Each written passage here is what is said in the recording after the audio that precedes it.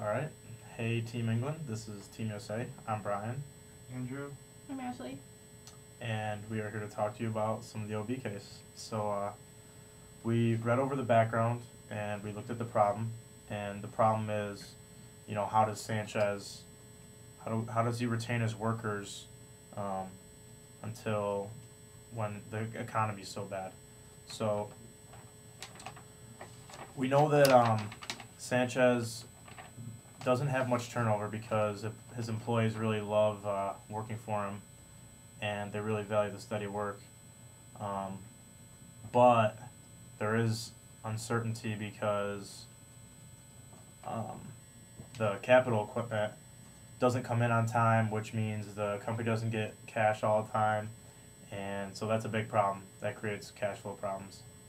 So what we suggest is breaking it down into 4 different categories that Sanchez could use. So we broke it down into attitudes, motivation, leadership, and decision making.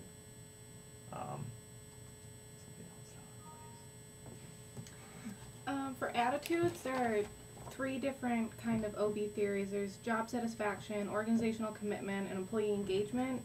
We feel that they all kind of apply here, especially with commitment, the organizational commitment. There's 3 types. There's affective, continuance, and normative. We feel for Sanchez and Sons, the affective and normative really apply because the employees enjoy working there and it's not the pay that keeps them there. That's affective attitudes, where the employees really enjoy working with that company, and they have like the same morals, and they want to stay with that organization. And normative also plays a part in this too, because some people may feel that because they signed the contract to work with a company that they're not just going to give up because the pay isn't exactly what they had imagined. With continuance, that's more economic, organizational commitment, where if the paycheck isn't coming in, they're not going to stay with the company. For job satisfaction, there's 4 parts to that. There's performance, absenteeism, turnover, and Customer satisfaction, maybe? We'll figure it out. Yeah. Like the problem stated, they have really low turnover. So the absenteeism must be also low and the performance should be really high. So we want to keep up with the job satisfaction. And the employee engagement relatively says the same thing. They have enthusiasm about their job. The pay isn't gonna change it, but we realize that we do need to do something about the employees that are concerned with the pay. Alright, so for motivation, do you have notes on? For motivation, we wanna make sure that the employees are motivated, not necessarily with pay, because that's over time, like, pay won't motivate employees to do better. So with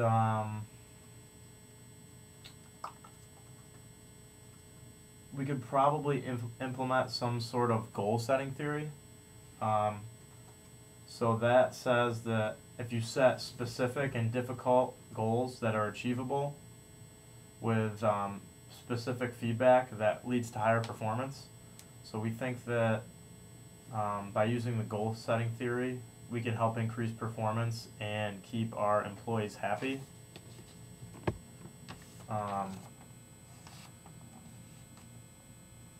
The hygiene facts, it's not like cleanliness. It's external to the person, the environment. They enjoy their environment. The pay isn't so great, but we could work on making it so that they're not dissatisfied. We could just make their roles different so that they could feel better about their job, more secure. The workers seem to be more theory why. People like to work, they're motivated, they have their space, they can do what they want.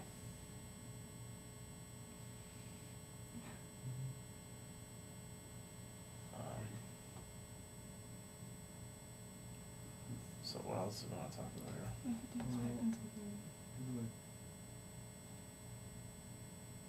Like if you do something, it leads to Performance and then reward. You want to talk about that real quick? We also have the expectancy theory, where it says, if you put in effort and performance, you'll get some kind of reward, whether it's money or benefits, which that in turn will kind of like combine with like your personal goals, so you'll feel even more motivated to do a better job at your job. So that's right.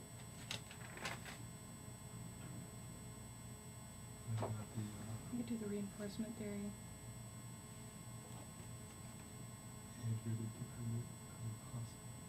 Like they will get paid, so their efforts towards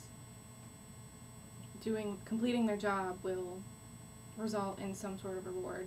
That's the reinforcement theory. Okay. Struggling there. Leadership. You need someone in the company to step up. Yeah, we think one of the other categories that we're looking at is leadership, and that's going to be really important because Sanchez himself is very passionate about the company because it bears his name. He was the founder, so he feels like he wants to be involved in all the decision. That's a lot for one person to take on. So we think that maybe if he can split up his roles and give and kind of focus on what makes his company great, he can still be involved, but maybe if somebody else can take some responsibility off of him, that will definitely help the company.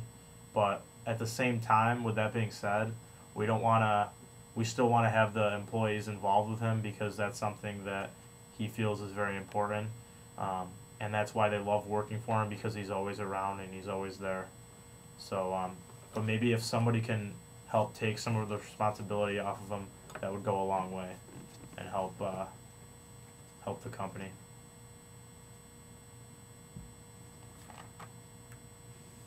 One of the major leadership OB theory that we have is charisma, and that's particularly effective here because Sanchez, like Brian said, he's really passionate about his job.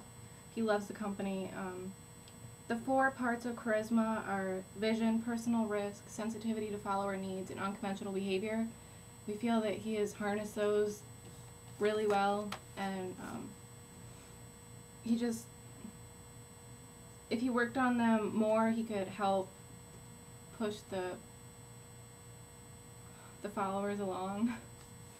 Just help them stay committed to the company and not worry so much about the pay, but to help so that the deliverance time isn't so long.